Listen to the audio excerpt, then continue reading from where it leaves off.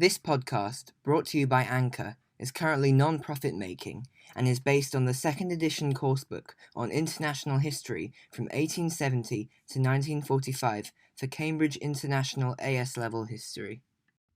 Welcome, listeners.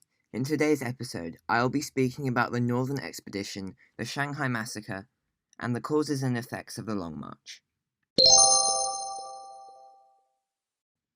The Northern Expedition was a military campaign launched by the National Revolutionary Army against the Beiyang government and other regional warlords, which took place from the 9th of July 1926 to the 29th of December 1928. It was when the Kuomintang marched from Guangdong, Guangzhou region, northwards. The Northern Expedition was led by a fragile coalition. It included KMT rightists, centrists led by Chiang, KMT leftists, and the CCP. They managed to hold together, laying the groundwork for the Northern Expedition. In 1926, there were three major coalitions of warlords across China: the forces of Wu Peifu, the coalition of Sun Chongfang, and the most powerful coalition led by Zhang Zhuolin. This held a conflict of interest with the KMT government in Guangzhou. The purpose of the campaign was to reunify China, which had become fragmented in the aftermath of the Revolution of 1911, and further so after the death of Yuan Shikai. Chiang marched northwards to bring the warlords under his control.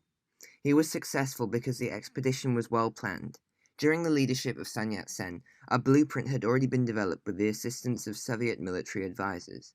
Chiang's army had received training from the USSR and Japan, so they were more organized than the disorganized warlord armies. Furthermore, Chiang's Kuomintang had the support of the ordinary Chinese who were tired of the violence and oppression under the rule of the warlords. By 1927, Chiang believed he needed to take drastic action to reduce the power of the Communist Party.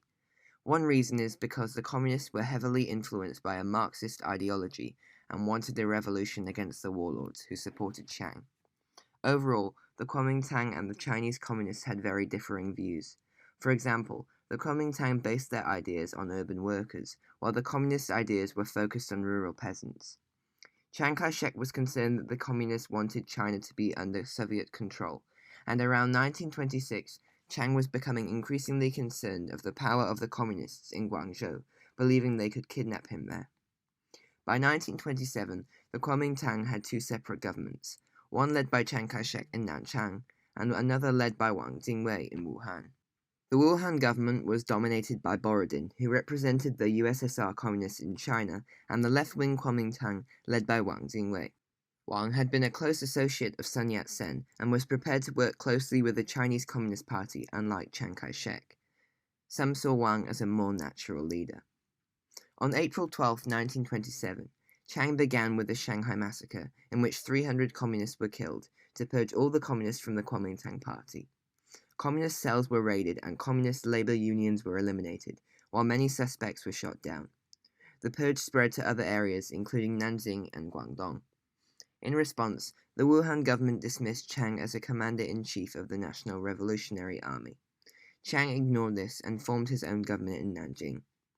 As this purge against the communists went on, Kuomintang forces were able to take Hankou, Shanghai, and Nanking in 1927, with Beijing soon to follow in 1928. At this time, the Kuomintang became officially recognized as a legitimate government of China internationally, as Chiang moved the government to Kuomintang's stronghold of Nanking. Mao Zedong had held senior posts in the Kuomintang and the Communist Party by 1927. During Chiang's purification movement following the Shanghai Massacre, the Communists set their base in the mountainous Jiangxi province. By 1931, he had formed the Red Army, which consisted of the Revolutionary Army of peasants and workers, and the forces of the warlord, Zhu De, who had turned communist.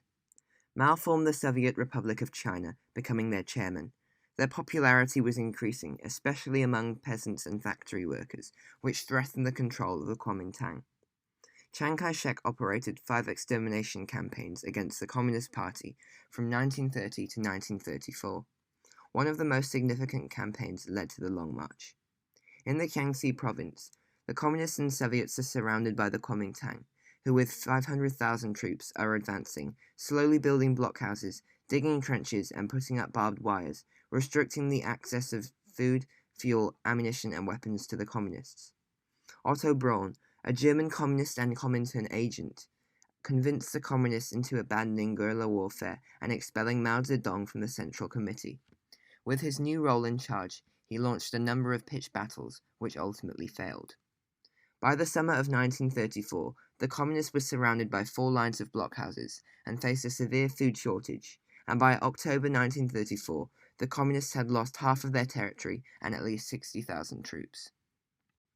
As a result, the 87,000 communists are almost defeated as they are surrounded by the nationalists and forced to retreat in what is known as the Long March. The Communist Party's military marched through extremely tough terrain towards Yan'an in the northwest of China.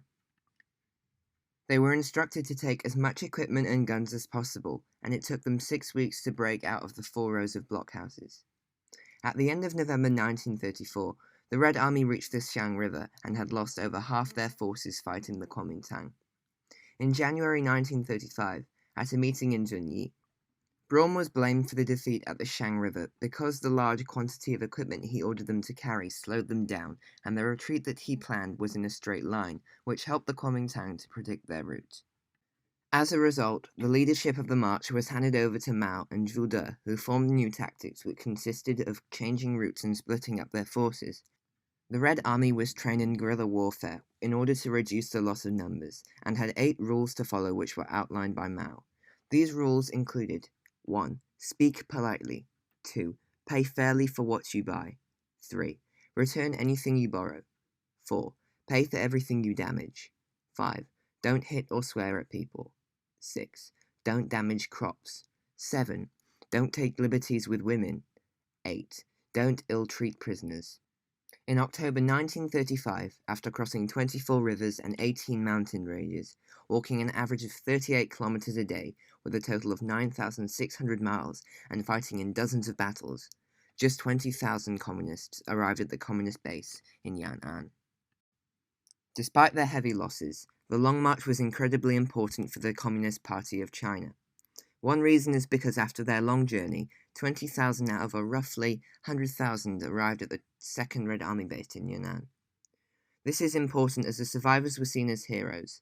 Additionally, they now had more support with the Second Army and had gained the support of the populations they had helped along the way. Another reason is that the CCP had managed to survive by going to one of their remote bases, instead of being completely wiped out. Due to their survival, the communists were able to secure their strength and position in China. Finally, many Chinese saw the CCP as heroes as they helped peasants along the Long March, thus garnering great support for the party, boosting their ideals and morale. One of the things they did was redistribute land of wealthy people to the poor peasants and workers. This is the end of the podcast. Thank you for listening. Please consider using the links in the description below to leave a voice message for me, leave feedback for me, or visit my website which hosts additional revision material. Depending on which app you are listening to this on, you could also rate and review the podcast. Thank you.